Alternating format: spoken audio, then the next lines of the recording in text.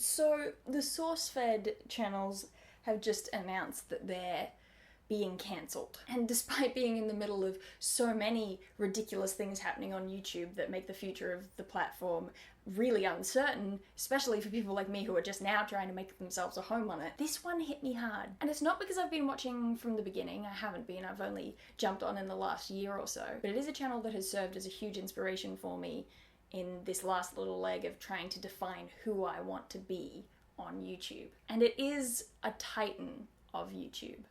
I say titan because, I mean, you know, I'm a Greek mythology nerd, obviously, and that feels like the right word. They weren't the most subscribed channel by any means, but they are one of the old giants of this medium. And to see them fall and to know that it's for no good reason hurts. And maybe it's also got something to do with the fact that I was with Geek and Sundry Vlogs. I was part of the Geek and Sundry network, and they were formed at the same time. They were kind of, I mean, in a bizarre way, cousin channels. I don't want to say sister channels, they weren't that close, but there is a connection there. They were started in the same way at the same time. As SourceFed launched SourceFed Nerd, Geek and Sundry began launching the Vlogs channel, which is where I was brought in. And I don't know whether it actually provides me insight, but it feels like it does when I went through the closing of the Vlogs channel. Because Geek and Sundry was purchased by Legendary, and a couple months later, we were just told that the channel was being ended.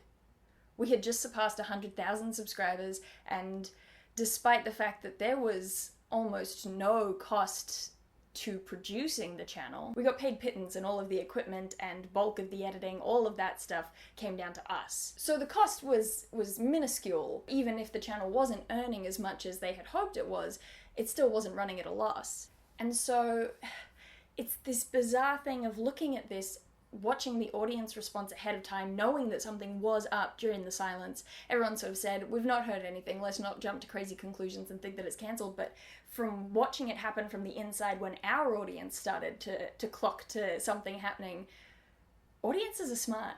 They know what's going on. They don't always have it exactly right, but they get into the ballpark. And so I can only imagine that something similar is happening with SourceFed and Discovery Digital. Something unfair given the recent developments and the huge uptick that the channel was on this last year. It had one of the best host combinations it's had in eons. It was culling the shows that weren't pulling in the numbers anymore and bringing back the ones that were. And to have it be so last minute to just say, we're done. It's over. They clearly had no warning, otherwise they wouldn't have done their nuclear family finale when they did. They wouldn't have. And YouTube is a medium that is new media. The whole point of new media, excuse my ranting, the whole point of new media is that the barrier for entry is low to non-existent. And so to have legacy media people come in and buy up the channels and then say, well, this isn't working in the way that we think it should be working. It's not meeting the standards for success that we think are the standards for success, and not seeing how successful it is in a totally new way that they're just not used to. It's mind-boggling, because it has to come down to they didn't want to pay the staff, because space, equipment, all of that can be solved with minimal problem. It comes down to not wanting to pay a wage to the people who are working there. But now, if those people wanted to do it without that wage, which, I mean, let's be real, they probably wouldn't. I'm not naive. Although with the Vlogs channel, I'm gonna say we did have some serious discussion about whether or not we should start our own initiative. It was basically the same thing, but under our control. Those people wouldn't be able to do it,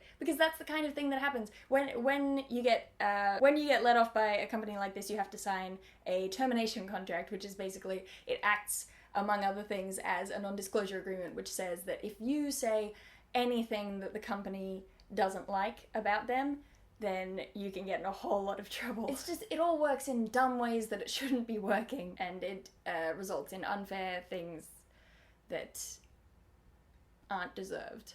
I have so much more that I wanted to say that I can't think of. I can't collect my thoughts properly. So I suppose I'll just say that metaphors don't always fit the real world, but I find comfort in metaphors. So I suppose if there is a metaphor to be applied here that maybe gives it a silver lining, it's that, you know, that image from Fantasia of like a forest fire or a bushfire comes through and it takes down all these old trees that have been there forever, trees that were healthy and that you loved, and there's no point or happiness to their demise. But in the aftermath, it does make room for new life to grow. And I I'm determined to have faith that YouTube will breathe new life, even in amongst all of these. Ugh.